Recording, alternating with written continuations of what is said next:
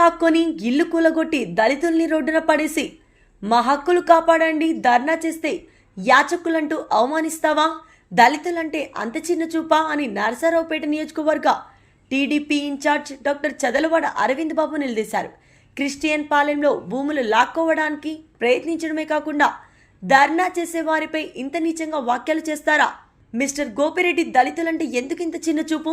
దళితుల జోలికొస్తే ఖబర్దార్, నీ అరాచకాన్ని అడ్డుకుంటాం, లాక్కున్న ప్రతి గజం భూమిని దళితులకు అందించి న్యాయం చేస్తామని డాక్టర్ చదలవాడ హామీ ఇచ్చారు.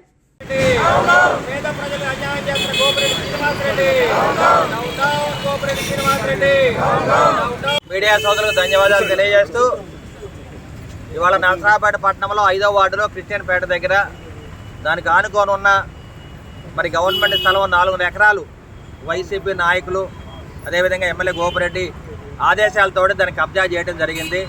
దీని మీద మేము పోరాటం చేస్తూ కలెక్టర్ గారికి, ఎంఆర్ఓ గారికి, ఆర్డీఓ గారికి మెమోరాండం ఇవ్వడం జరిగింది. అదేవిధంగా 4.5 ఎకరాలు గవర్నమెంట్ ల్యాండ్ పక్కనే 22 సెంట్లు స్థలాన్ని మరి పేద ప్రజలకు పట్టాలు ఇవ్వడం జరిగింది. క్రిస్టియన్ పేటలో వీళ్ళందరూ కూడా ఈ పట్టాలు ఉన్న వ్యక్తులు. అదేవిధంగా వీళ్ళందరూ కూడా కోర్టుకు వెళ్ళి ఇంజక్షన్ ఆర్డర్ తీసుకురావడం జరిగింది.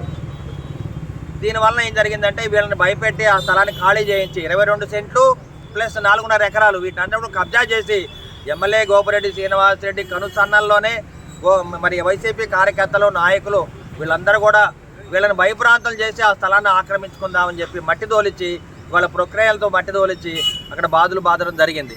ఇవాళ చూస్తే అక్కడ కూడా గుర్తులు వేసుకోవడానికి, షెడ్లు వేసుకోవడానికి వైసీపీ నాయకులు ప్రయత్నం చేస్తున్నారు. దీని మీద మేము కలెక్టర్ గారికి చెప్పడం జరిగింది. అప్పుడే కలెక్టర్ గారు, అసిస్టెంట్ కలెక్టర్ గారు అక్కడికి వెళ్ళి మున్సిపల్ కమిషనర్, ఆర్డీఓ గారు వీళ్ళందరూ కూడా ఆ స్థలాన్ని పరిశీలించి అక్కడ ఫెన్సింగ్ వేయమని చెప్పారు. ఇది గవర్నమెంట్ స్థలం కాబట్టి దీన్ని ఎవరు ఆక్రమించుకోవడానికి వీలు లేదని చెప్పడం జరిగింది. దాని పక్కనే ఉన్న 22 సెంట్లు వీళ్ళందరూ కూడా పట్టాలు ఉన్నాయి. వీళ్ళందరూ కూడా భయభ్రాంతులు చేసి వీళ్ళందరూ కూడా వైసీపీ కార్యకర్తలు, ఎవరైతే వైసీపీ కార్యకర్తలు ఎమ్మెల్యే గోపిరెడ్డి శ్రీనివాసరెడ్డి ఓట్లు వేశారో వాళ్ళనే అన్యాయం చేయడానికి ఎమ్మెల్యే గోపిరెడ్డి శ్రీనివాసరెడ్డి ప్రయత్నం చేస్తూ ఉన్నారు.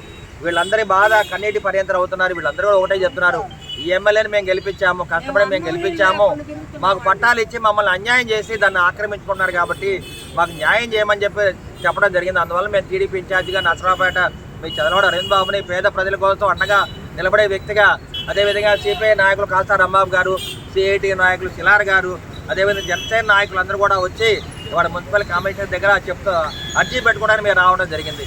నిజంగా మున్సిపల్ కమిషనర్ గారికి దాదాపు నెల రోజుల నుంచి కూడా 4.5 ఎకరాలకి ఫెన్సింగ్ వేయమని కలెక్టర్ గారు ఆర్డర్ ఇవ్వడం జరిగింది. అయినా కానీ మున్సిపల్ కమిషనర్ గారు ఫెన్సింగ్ వేయలేదు ఇంతవాటికి. అదేవిధంగా మేము మున్సిపల్ కమిషనర్ గారు ఏం చెప్తారంటే మా దగ్గర డబ్బులు లేవండి, మేము ఫెన్సింగ్ వేయలేమని చెప్తున్నారు.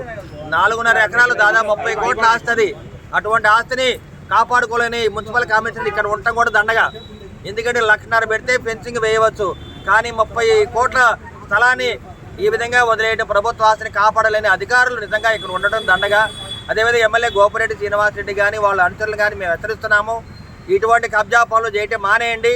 అదేవిధంగా బరంపేటలో కూడా మీరు 20 సెంట్ల స్థలం దాదాపు 4 కోట్ల ఆస్తిని కబలిద్దామని చెప్పి మీరు ప్రయత్నం చేయడం జరిగింది. ఈ విధంగా నరసరావుపేట పట్టణంలో కానీ పరిసర ప్రాంతాల్లో కానీ మీరు ఎన్నో గవర్నమెంట్ ల్యాండ్ దాదాపు మరి ఉప్పలపాడు దగ్గర సాయి బాలాజీ సిటీ అని దాంట్లో 200 ఎకరాల్లో వెంచరేస్తే 46 ఎకరాల గవర్నమెంట్ ల్యాండ్ మీరు ఆక్యుపై చేసుకోవడం జరిగింది. మేము దీన్ని కూడా కోర్టులో వేయడం జరిగింది. గోపిరెడ్డి శ్రీనివాసరెడ్డి, నిజంగా మనసు ఉంటే, మానవత్వం ఉంటే ఇటువంటి పేద ప్రజల పొట్టలు కొడతారా? మీరు న్యాయంగా ఆలోచించండి.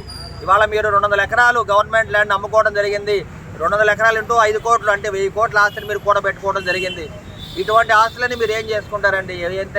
ఎంత ఆస్తి లేదు మీరు తినగలరు చెప్పండి? బంగారం తింటారా, వెండి తింటారా? అందరం తినేది అన్నమే కదా. ఈ పేద ప్రజలు తినేది అన్నమే, మనం తినేది అన్నమే. ఈ విధంగా మీరు బడుగు బలహీన వర్గాల పొట్టలు కొడతా ఉంటే మేమందరం కూడా ఏ విధంగా బతకాలని మేమందరం కూడా ఇవాళ సిఐటి నాయకులు కానీ, సిపిఐ నాయకులు కాస్తా రాంబాబు గారు, చిలార్ గారు మేమందరం కూడా వీరికి అండగా వచ్చి ఇవాళ మున్సిపల్ కమిషనర్ కలుద్దామని మేము రావడం జరిగింది.